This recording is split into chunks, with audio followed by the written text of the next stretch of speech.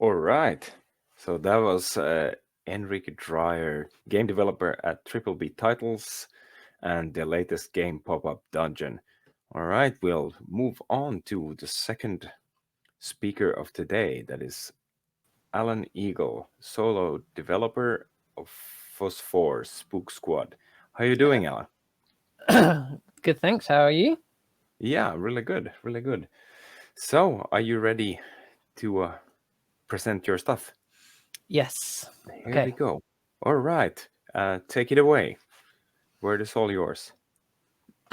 So, if it's your first time making a game, these are the things I wish I'd known sooner. So, hopefully, they'll help you as you go along. As a bit of a background, uh, I was a keen player of video games until I started making them, at which point I didn't really have time and I wasn't really that interested in playing them anymore.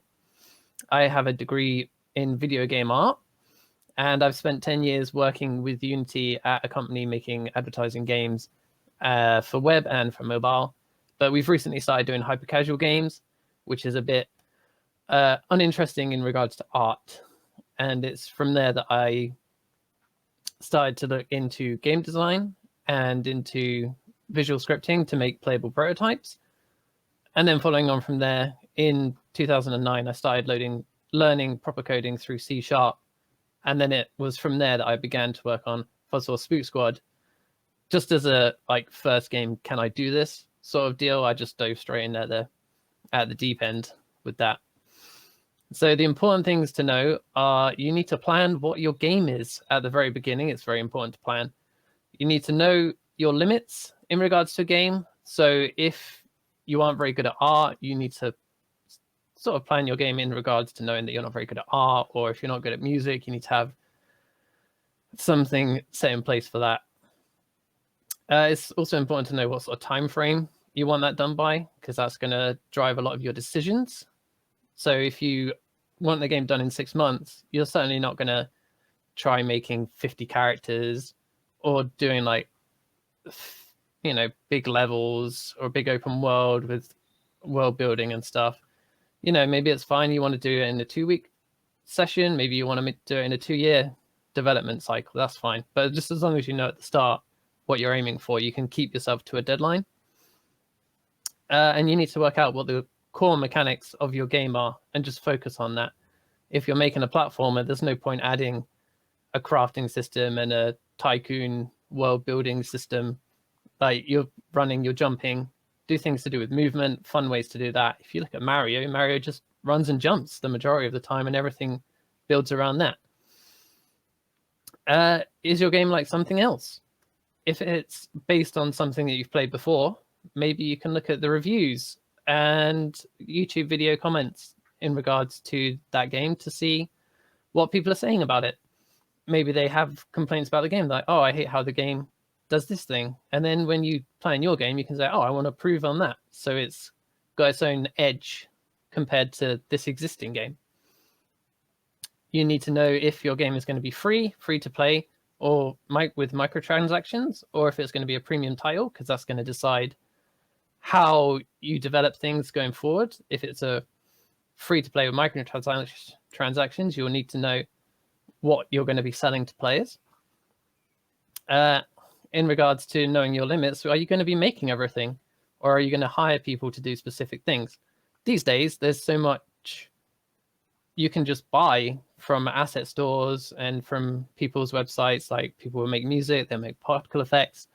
There's loads of stuff that you can just get and use royalty free for a one-time payment. And you also need to look at retention options. Like, if your game is a story-driven game, maybe you don't need this because they played it once, they've experienced the story. But if you want people to keep coming back, you need to have a reason for them to come back. You don't want it to just be, oh, okay, I did the game once. Oh, there's more characters. Well, I've decided, I've proven I can beat the game once. You need a reason for people to play again, stay invested in your game for longer, if you can, and it's not going to be a huge drain on your resources.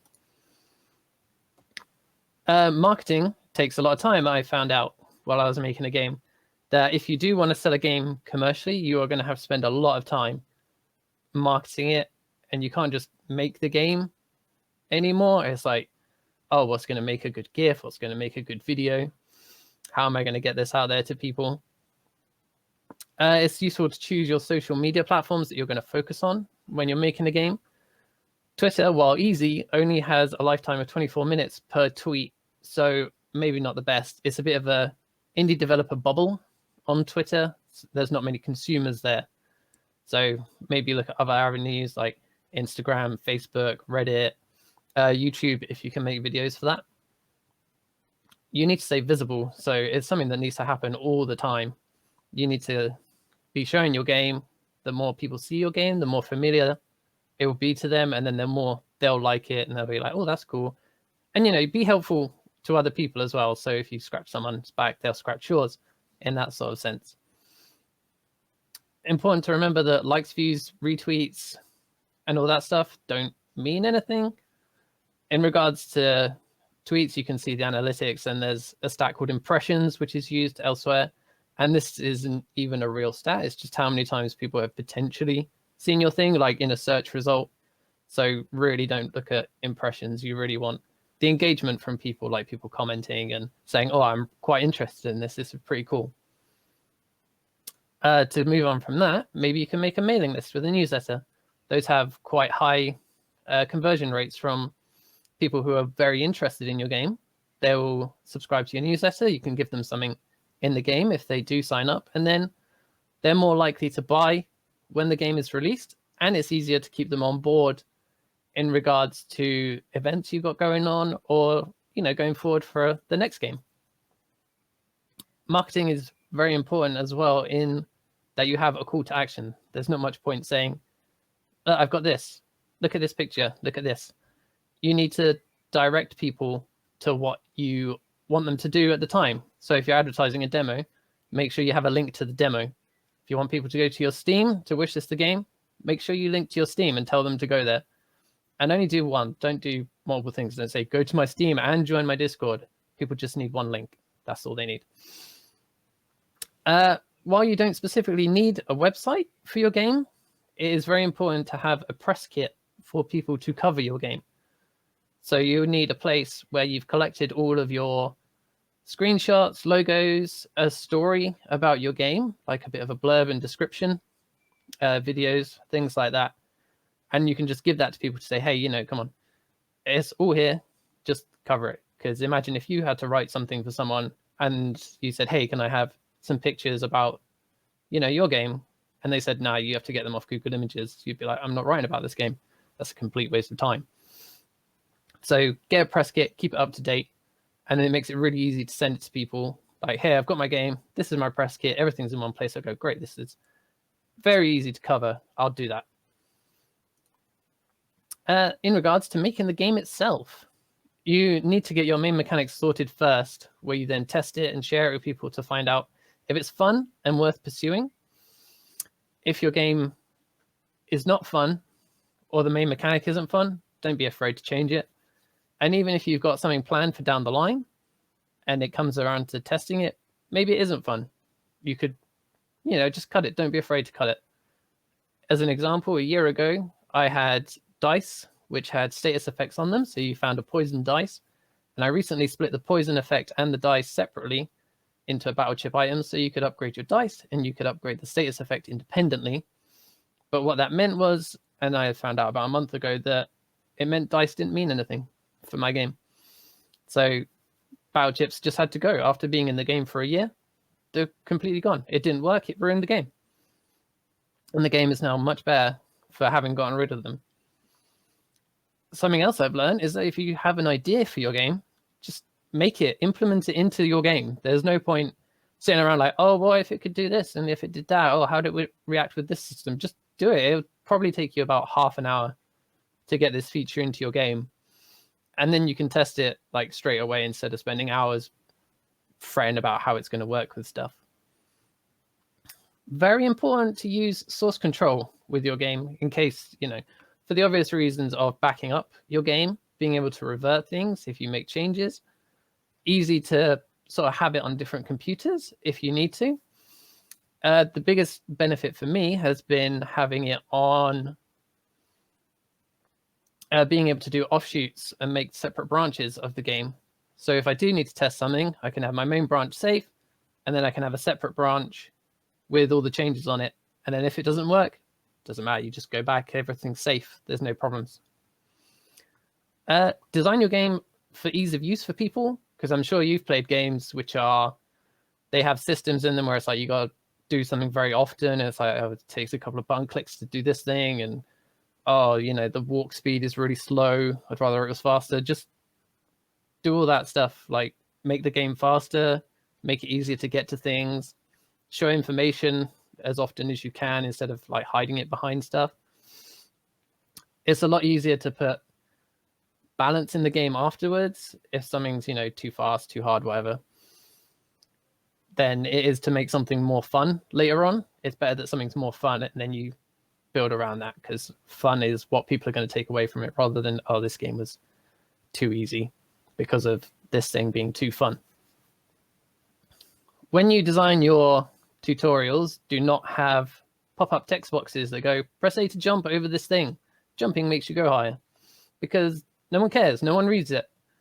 I'm sure you've experienced that too in other games. You're like, I just want to get to the game. So explain as much as you can through either letting the player work it out, or by having like images in the environment to direct people around so they can work it out from there. It's a lot easier if you have a 2D game, because then you can put this stuff in the background of the game, like with a button and then the character jumping on a box, and they'll be like, oh, okay, I can jump over it. Images don't have to be translated, which saves you money, and they can be understood by anyone because there's no text involved. And then following on from that, make sure you do the tutorial or the first level last, because that's the one that everyone's going to see, and it has to teach your mechanics in regards to things changing. If things change too much, maybe your tutorial doesn't make sense anymore. Maybe the pacing's wrong. Maybe the things you're teaching in your tutorial aren't as important as something that you've added down the line. So sort of make the game first and then come back to the tutorial. It's very important to prioritize what you're making in your game. There's no point spending ages on level 1 or making this one character if you got like another 40 characters to do, you got another 3 levels to do. Like, if it doesn't exist, then that's way more important than making this one thing a little bit prettier or adding a few particles here and there. Just make sure to focus on what needs to be done there and then. Common phrases I like to work by are, good enough is good enough. If something works, if it's in the game, it's good enough. Like, you can come back and change it later. Obviously, work to a high standard if you can. But, if it's there, it works, just move on. And the KISS principle of keep it simple, stupid. There's no point diving into your game like, oh, what if this did this and then it interacted with that and then did that? Like, you're making more work for yourself. It's going to be harder to explain to players. So just keep it very straightforward. Moving on to musicians, which is something that I had no experience with before starting this game. Making getting other people involved for you. So you need to decide if you're going to make the music yourself, buy it online, use some software to develop the music just automatically, or if you're going to hire someone. I hired someone. So you need to know what your music is going to sound like. It's very helpful if you have an idea of the mood that you want the music for, or where, like a location, or if there's something that has a similar sound to what you want. It's a lot easier to narrow down what you like, or to tell someone what you want the music to sound like if you have reference music. When you're hiring a musician, you can ask them to make a short sample of something. Like, say, I got people to say, hey, can you make a battle theme sample for my game? And they sent me samples, and you can judge them based on that. So you don't have to go straight with the first person without also knowing what they could possibly do.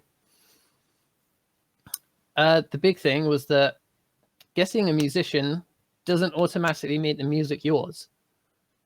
You can license the music, which means they make you the music, but then you kind of rent it off them for that game, and that's it. if you want to make remix or use that piece of music for the sequel, you have to pay them again to get it. And they can sell all the music they've made for your game as part of a soundtrack, and they get everything. But this is quite a cheap option. This is what people mainly do because you don't need to own the music for your game. You can just agree that it will be exclusively in your game. If you buy the full rights to the music, it's going to be a lot more expensive. But from there, it means the music's yours. You can do whatever you want. You can put it in your YouTube videos. You can put it in your next game. You can make remixes of it. You can perform it live if you want. You can do whatever because it's yours. You also need to have a synchronization license to put the music to your video game, which is just an extra cost. Claiming royalties for music on YouTube and Twitch. So if you got the full rights to the music and you're like, oh, okay, people are playing my game on YouTube, I'd like to get the money from the music for that. It's just not something that generally happens. People would play your game muted or not at all, rather than give you the pennies of royalties you'd get from it. And finally, if you're hiring someone to make the music, just trust them to make the music. Like, they are the ones trained in making music. Like, just trust their judgment. Get what they send, and then you can go back to it. There's no need to just be really specific about what they've made. In the same way, hiring an illustrator has similar sort of options, that if you just license the piece, they get to keep it and they can sell it for posters or merchandising for themselves afterwards. It's important to have reference images and also what resolution you need the thing to be. So if you're hiring someone to make a sprite sheet for you, it only needs to be like 64 by 64 pixels. But if you're going to use it as the promo art for your game, make sure it's massive. It's like 5,000 pixels big by, 3,000 pixels. So you can scale it down. You can move it around. Make sure your characters and the like are in separate layers. So you can cut them out, do zooming in on faces and all that stuff. Don't worry in regards to an illustrator or a musician. They will send you samples along the way and get your approval before sort of going further. And unless you're an amazing illustrator, don't make your own imagery. A Steam capsule is the thing which is going to be seen most by consumers. So if the Steam capsule doesn't even get people to click on your Steam page from the search results, they're not going to see your page, your video, your screenshots, anything like that. If you work at a company, it's very likely that they'll own the intellectual property rights to any idea that you come up with. Whilst they can't technically own an idea, they can own an implementation of the idea.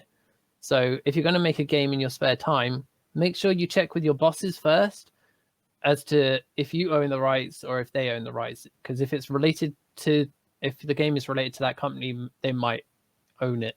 So it's best just to make sure that at the end of the day, it's all yours and they're not going to come for you once the game's released to steal all your money. I found out that legal documents are very expensive to get done. So it's best to ask a lot of legal professionals for a quote of how much it's going to cost you. For reference, I got an end user license agreement, a musician's agreement, and a reusable 2D art agreement. And they cost about £250 each, which is very much on the cheap side of what I was quoted. It did go up to about $3,500 for those three, which is not possible on an indie dev budget. Got to remember that contracts and agreements are for times of war and not for times of friendships. So if there is ever a dispute, but it's written down in the contract, it's very clear, like who's in the right, who's in the wrong. If you are working with your friends on a game, it's going to be quite important to get a contract or an agreement set up just in case the game doesn't go through. Like if someone drops out halfway through, do they still get full profits from the completed game? Can they just take the idea to someone else, make their own version of the game? It's important to know what's going to happen with that. Before you get a contract written, it's very important to know exactly what you want in it in regards to the music and like artist licensing or buying outright. because getting the document changed almost would have like doubled, probably even tripled the cost of the document in the first place, that's just how legal is apparently. If you're outsourcing to someone, do try and dissuade them from starting on anything before they've signed the document and you signed the document to say, this is the deadline, this is specifically what I'm asking you to do, just so it's, it's all covered within that legal document protection. In speaking to a solicitor, they know a lot of stuff. Like, they've been doing this for years. So it's the same with the musician thing. Just trust them. Mine called me. He was like, oh, do you want the EULA to say this? Like, what do you want to do in regards to modding? Is it a single player game? Should we put stuff in regards to that? Like, if it's a multiplayer game, you probably need additional stuff in there to cover like online interactions with other people. So, don't be afraid to talk to them. They are trying to help. They're not going to try and swizz you in regards to this. What I learned about early access is that getting a game on Steam is very easy. All you need to do is register for a tax number, complete a tax questionnaire, and then in a few days you'll have access to the Steam setup, Steamworks, where you'll be able to sort out your Steam page. You'll be able to upload your build. So to set up a Steam page, you basically just need your graphical assets and to write your descriptions. And once you've gone down a checklist of stuff that you need to do for your Steam page, you get it reviewed, and then it goes live. Everyone can visit it or start wishlisting your game. And it's very advisable to get that sorted way before launch. Don't release your Steam page 2 weeks before you launch the game. Otherwise, you're not going to get any wish lists. No one's going to know about your game. It's a bit too late at that point. And it's the same thing for your Steam build. So you don't have to do the page and the build at the same time. You can do them separately. So you have a similar checklist of stuff to do for your game build. And it's very easy to upload new builds for testing and separate secret beta branches if you need to password something. It's essential to do a Steam festival before you release in early access. I found out the hard way that releasing in early access counts as released. And release games are not eligible for a Steam festival. So you're basically just wasting a huge free marketing opportunity, which is exclusive to demos and upcoming games. Even though early access games are upcoming, they're still released. You may find that the majority of people are burned out from early access games because they're buggy and they get abandoned quite frequently. So they'd rather just wait until release before dipping in and buying the game. However, due to that fact, I thought that the people who bought the game would be more interested in helping out, like with bug testing, play testing, like giving their opinion on the game, just saying, oh, this enemy is too hard or this weapon is too weak, sort that out. But it's not the case. Like, it's a very small percentage of people who have bought the game in early access actually want to help out. So don't expect to have your early access on the sort of range of Valheim or Daisy. As a first-time developer, like, a couple of people will probably help out. But the help from these people was exceedingly invaluable. The amount of ways that people play the game different from you, it just helps you to idiot-proof your game. That you might just click a button once and it's done. But someone will play the game, they'll click the button 50 times before the button disappears, and then the thing that the button does has happened 50 times, and you need to sort that out. Or they'll be like, oh, I used this thing here at this point, and it broke the game. So having people to play your game in different ways you hadn't thought of is just, so many bugs have been sorted because of that. Even better if they can record it, because there are a lot of bugs that happen like down the line because of something you did earlier. It's quite easy to think of bugs as being a very immediate thing, like, oh, I did this thing and then a bug immediately happened.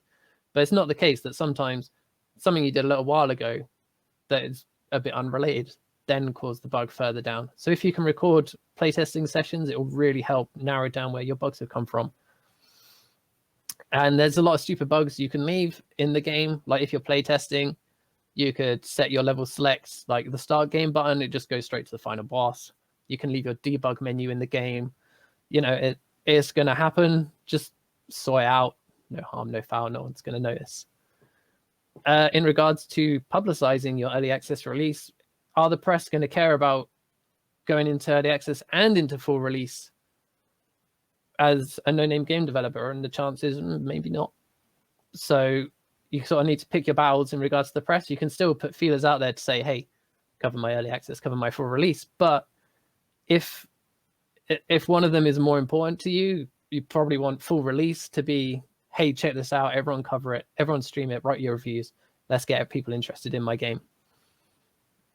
And it's very important to remember that early access is not a place to get funding for your game just because of people waiting for full release. Like, if you need funding, do Kickstarter, do GoFundMe, do get a publisher, but early access will not give you enough money to continue development if that's what you're relying on. Like, if you just want to sit in early access for 4 years and just gain money like Daisy and stuff, it's not going to work out. And then managing expectations and sleeping easy as an indie game developer. You have to remember that you are not going to be a massive success on the level of Goose Game or Binding of Isaac with your first game. Like, some people do make it, like winning the lottery. There's a chance, but it's a very, very small chance. So many games are releasing every day on Steam. Like, there are so many games that just don't make it. You've got to remember that. And it's not just games that aren't making it. Like, you're not just competing with other games in your genre or like the game that you are like. You're competing with these 50 games that release every day. You're competing with the 350 games that released that week. You're competing with all the games that released that month. You're competing with people watching TV, with people watching Netflix, people just scrolling on their phones. You're just competing for people's time. And it is very tough to compete for people's time. But you also have to be aware of what your genre is in regards to what you're hoping to get out of this. If you're making a puzzle game, you are not going to make as much as an open world sandbox survival game. But on the plus side, you could probably make 5 puzzle games in the time it's going to take you to make 1 open world survival game. But if it's your first game, don't make a multiplayer open world survival game because it will just take you forever to do it. You have to know your goal. Like, are you planning to make a profit? Do you just want to break even? Or do you just want to release a game to learn the process? It's quite important to know where your barometer of success is for when you are making a game. Comparing yourself to other developers is inevitable. And that is partly because some games just look better on social media than others. Some games look really nice in videos and in GIFs. Maybe your turn-based game where people stand in a line and only attack every so often doesn't look that great. Some games are more fun to play than they are to watch. Some games are fun to watch and to play. Like, it's hard to not compare yourself to other people, but you have to remember that your game's doing your thing, their game is doing their thing. A shocking statistic is that about 80% of developers only make a single game and then they just stop forever, probably because their game wasn't a success. But you have to keep making games to build up that audience. As your audience builds up, more people are going to be talking about your games. If you make a second game, you can tell all the people that played the first game that there's another game. If people come in to check out your second game, you can say, hey, I got a first game. And so they can cross-platform each other. You can have cameos, you can have character references, things like that between the games. These games can participate in sales together the whole time. Like, just because your game wasn't successful in its launch week or whatever, there are still sales for it. You know, my game's a spooky game. It's going to do really well come Halloween and the Halloween sales. Maybe it won't be a big success before then, but if you have a game that's seasonal, try and do something good for that season. Like, if it's a Christmas game, you have to try and hit Christmas. But you also have to remember that just because a game is successful doesn't mean it was successful the whole time. Among Us, for example, released a year or so, and it sort of floundered a bit, and then it got picked up by the streamers and became extremely successful as a game. So just don't worry if you don't make it immediately. There's always a chance that later on you'll gain a bigger following over time. But don't spend forever making that one game, because if you don't have a game, you don't have anything to sell. Like, start small, make something you can achieve. That's what's important, because finishing a game is the most important skill of all. Like, it's fine to do marketing and stuff, but taking a game from concept to development through marketing and then releasing it commercially is the aim of it all. Like, just don't spend time going prototype to prototype to prototype. You have to release a game, and that will make you a game developer.